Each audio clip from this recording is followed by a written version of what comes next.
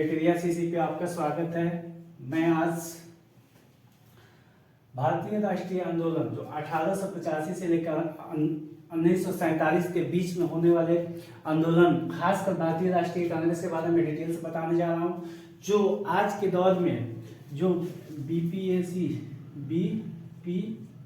द्वारा शिक्षण नियुक्ति की प्रक्रिया जो होने वाली है, इसमें काफी इंपॉर्टेंट भूमिका निभाने वाला है। और ये बहुत ही इंपॉर्टेंट वही क्वेश्चन सेलेक्ट किया गया है जो भारतीय राष्ट्रीय कांग्रेस से या इंडियन नेशनल मूवमेंट से जो भी क्वेश्चन है, जो इंपॉर्टेंट कोशिश किया गया है। तो अगर अच्छा लगे तो वीडियो को लाइक कीजिए और चैनल को सब्सक्राइब जरूर नहीं किए हैं कर सकते हैं। ठीक है, तो सबसे पहले आपको भारतीय राष्ट्रीय कांग्रेस ही मछली इसमें पढ़ना है। तो भारतीय राष्ट्रीय कांग्रेस है क्या? एक्चुअल में ये एक संगठन था और आज भी है, जो भारत की आजादी से रिलेटेड आज जो भी प्रक्रिया, भारत की गतिविधियां, अंग्रेजों के खिलाफ क्या करना है, न करना है, कैसे चलना है, क्या देश के आगे की जो योजना प्लान है वो क्या होगा, इंडिया आजाद कैसे होगा, इसके लिए स्थापित किया गया था। और इसकी स्थापना जो किए थे आपको मालूम है, ये वो ह्यूम ने किया था। और इसका प्रथम अध्यक्ष थे वो कौन थे? WC बनर्जी, बिमल चंद्र बनर्जी हुआ करते थे। ठीक है, तो सबसे पहले आज इसी के संबंध में आज क्वेश्चन हम देखते हैं। पहला जो क्वेश्चन है, भारतीय राष्ट्रीय कांग्रेस की स्थापना कब हुआ? यानी 1885 में हुआ कि 1886 में कि 1985 में हुआ या 1785 में हुआ? इसका राइट आंसर होगा वो 1885 में हुआ था और 1885 में हुआ था। दूसरा क्वेश्चन ये है, भारतीय राष्ट्रीय कांग्रेस का प्रथम अधिवेशन कहाँ हुआ? फर्स्ट अधिवेशन कहाँ हुआ? तो भारतीय राष्ट्रीय कांग्रेस का प्रथम अधिवेशन मुंबई में हुआ था। उस समय बंबई नाम था, मुंबई में हुआ था। और ये तेजपाल संस्कृत कॉलेज में हुआ था। इसमें टोटल 72 जो सदस्य थे, इसमें 72 मेंबर थे, वो भाग लिए थे। 72 थे, विभिन्न प्रांतों से विभिन्न संख्या में लोग आए थे और इसमें भाग लिए थे। और इसका प्रथम जो अधिवेशन हुआ था वो मुंबई में हुआ था। याद रखिएगा, ये बहुत ही इंपॉर्टेंट क्वेश्चन है। उसके बाद तीसरा क्वेश्चन है, भारतीय राष्ट्रीय कांग्रेस की स्थापना के समय, जब भारतीय राष्ट्रीय कांग्रेस की स्थापना हुआ उस समय भारत का वायसराय कौन था? क्या ये लॉर्ड रिपन था या लॉर्ड लिटन था या लॉर्ड कैनिंग था या लॉर्ड डफरिन था?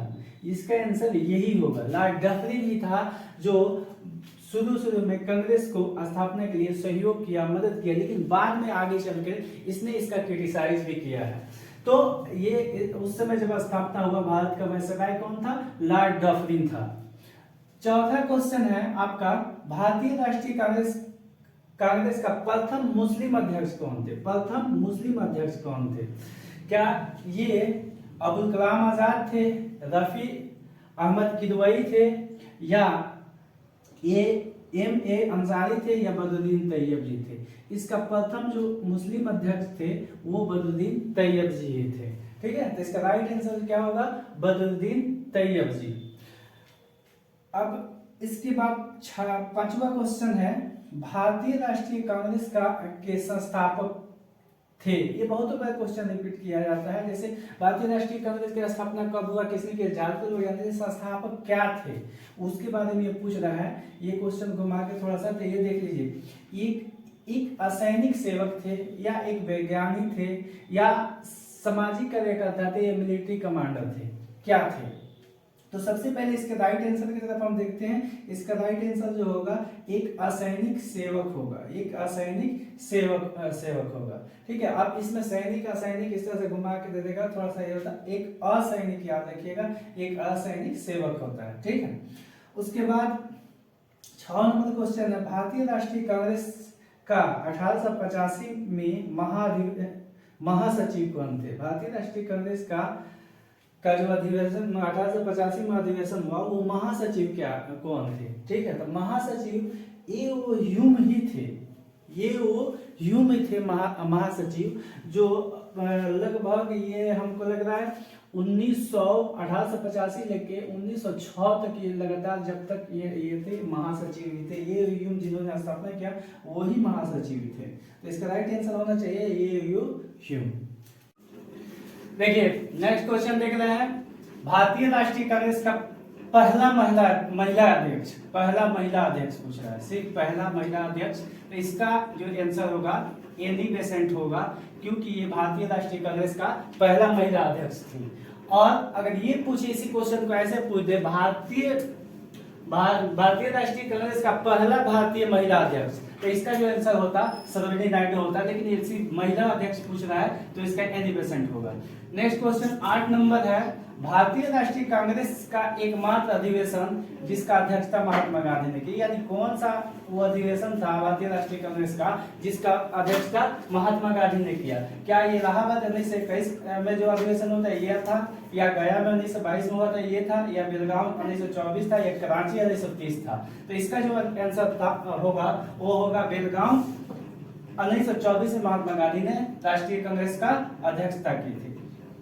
उसके बाद 9 नंबर क्वेश्चन है, गांधी ने कहा था यह आगे के तारीख का चेक था जिसका बैंक नष्ट होने वाला है, यानी बैक डेटेड चेक है जिसका बैंक ही नष्ट होने वाला था। किस योजना के बारे में महात्मा गांधी ने इसको कहा था? क्या वर्धा योजना था, क्या बेबल योजना था, क्या क्रिस मिशन योजना था, कि राजा जी योजना था? तो इसमें महात्मा गांधी ने जो कहा था क्रिस मिशन योजना को ही कहा था महात्मा गांधी ने, जो ये बैक डेटेड चेक है। ठीक है, नेक्स्ट क्वेश्चन है आपका, जनगण मन अधिनायक जय है, ये कहाँ गया था? सबसे पहले कहाँ गाया गया था, किस अधिवेशन में गाया गया था? ठीक है, इसका पहला ऑप्शन है क्या 1896 में जो कांग्रेस का अधिवेशन हुआ, 1905 में कांग्रेस के अधिवेशन में, 1911 में कांग्रेस अधिवेशन में, कि 1919 के कांग्रेस अधिवेशन में?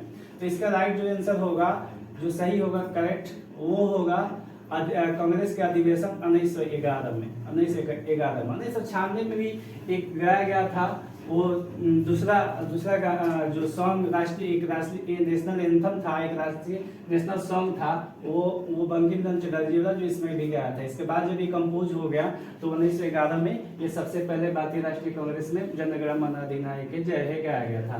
तो इसको आप कमेंट करके बता सकते हैं जो जनगण मन अधिनायक का लेखक यानी कंपोजर कौन थे, कौन है इसका, इस जनगण मन अधिनायक जय है किसने लिखा?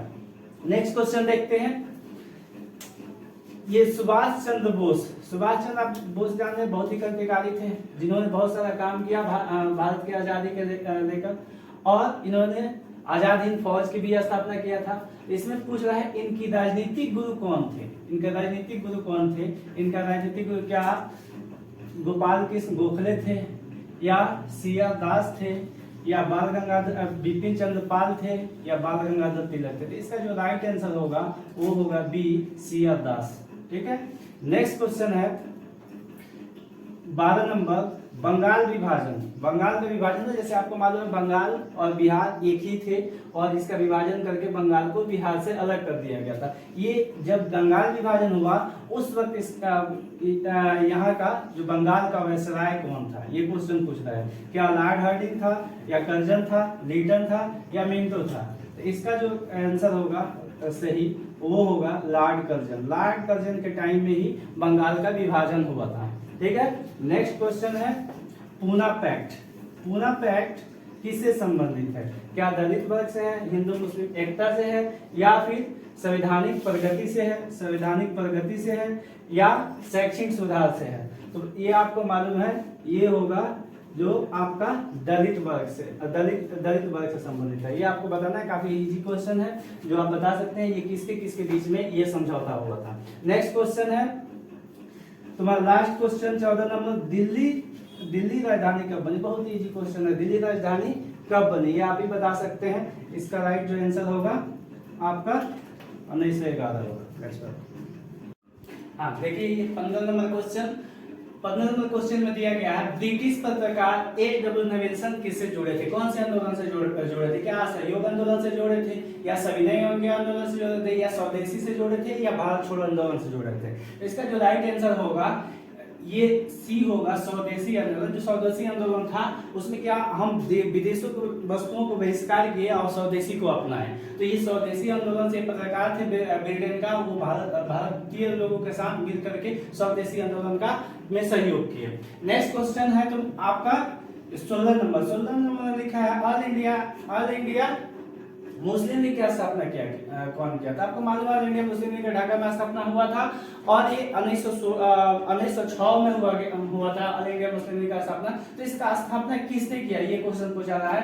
पूछ रहा है क्या सैयद अहमद खान ने किया था, या सर अल्लामा इकबाल ने किया था, या आगा खान ने किया था, या नवाब समीउल्लाह ने किया था? तो इसका जो राइट आंसर होगा वो नवाब समीउल्लाह होगा। इसका जो राइट आंसर होगा वो नवाब समीउल्लाह होगा। ये भी आज आधुनिक बांग्लादेश के ही आदमी थे।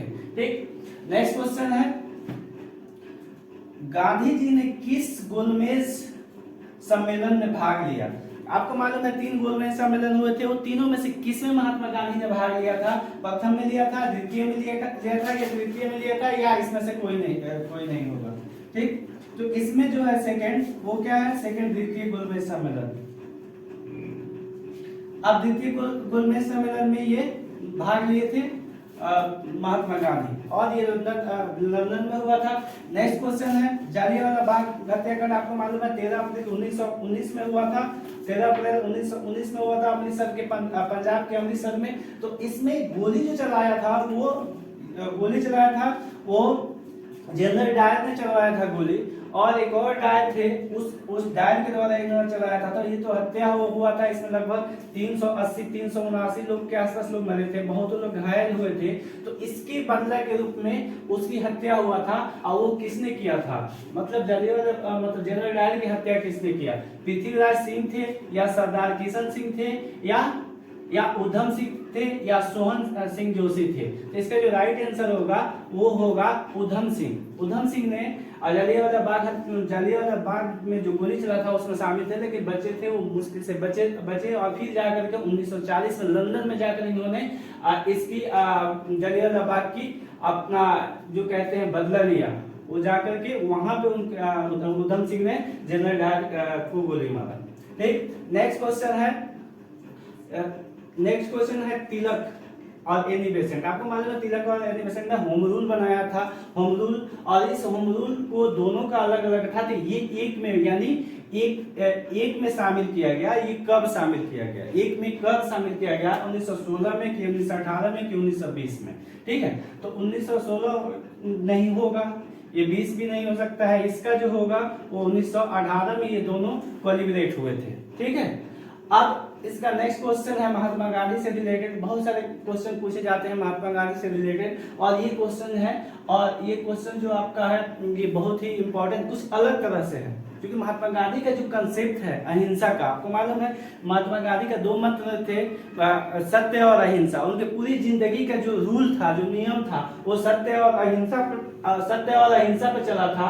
और ये जो सत्य किस तरह के सत्य थे और किस तरह के अहिंसा था, उस पे लोग उतना ध्यान नहीं देते थे। तो इसी से रिलेटेड एक क्वेश्चन है, बहुत ही अच्छा क्वेश्चन है। और देखिए ये इसमें से बहुत सारा क्वेश्चन है जो स्टेट कमीशन से लेके, जैसे यूपीपीसीएस, बिहार बीपीएससी और यूपीएससी के क्वेश्चन लिया गया। बहुत ही इंपॉर्टेंट क्वेश्चन है, और इसमें ये भी बहुत अच्छा क्वेश्चन है। ऐसे देखिए महात्मा गांधी के अनुसार हिंसा का क्रूरतम उद्यम, यानी हिंसा का सबसे खतरनाक रूप, आपको मालूम है अहिंसक थे तो सबसे खतरनाक क्या होता है, ये पूछा है क्वेश्चन में। तो क्वेश्चन में आपको दिया है क्या? गरीबी का अस्थायित्व। इसका मतलब क्या होता है? गरीबी का अस्थायित्व का मतलब होता है गरीबी जो है, गरीब इंसान पैदा हो सकता है क्योंकि उसके हाथ में नहीं है, लेकिन गरीब हमेशा के लिए रहना, ये अस्थायित्व होता है। ठीक है, ये अस्थायित्व होता है। अब इसमें क्या होगा? इसमें ये होगा, या दूसरा में दिया हुआ है गोवध, तीसरा में दिया है मानव हत्या, चौथा में दिया गया महिलाओं का उत्पीड़न। तो इसमें जो सबसे खतरनाक है, ये सबको अहिंसा ही कहते थे, जो सबसे खतरनाक है वो कौन सा है? गरीबी का अस्थायित्व मतलब गरीबी हमेशा कंटिन्यू रहे। ठीक है, उसको गरीबी का अस्थायित्व कहते थे। समझिए महात्मा गांधी का कितना बड़ा कंसेप्ट था, और वो कैसे थे, और उनकी अहिंसा की कंसेप्ट क्या था, कहाँ तक के था, ये इससे रिलेट होता है। आज आजादी के हम कितने दिन, लगभग अब 100 सेंचुरी होने वाला है, क्वार्टर सेंचुरी मतलब आपका 75-76 साल हो गया, और इसमें लगभग अभी तक 35% लोग कंटिन्यूअसली अभी गरीबी रेखा के नीचे है। ठीक है, तो महात्मा गांधी के अनुसार क्या इसको हम उस तराजू को तौल कर देखें, क्या ये अहिंसा हो रहा है आज तक अभी इतने लोगों के साथ? That's all.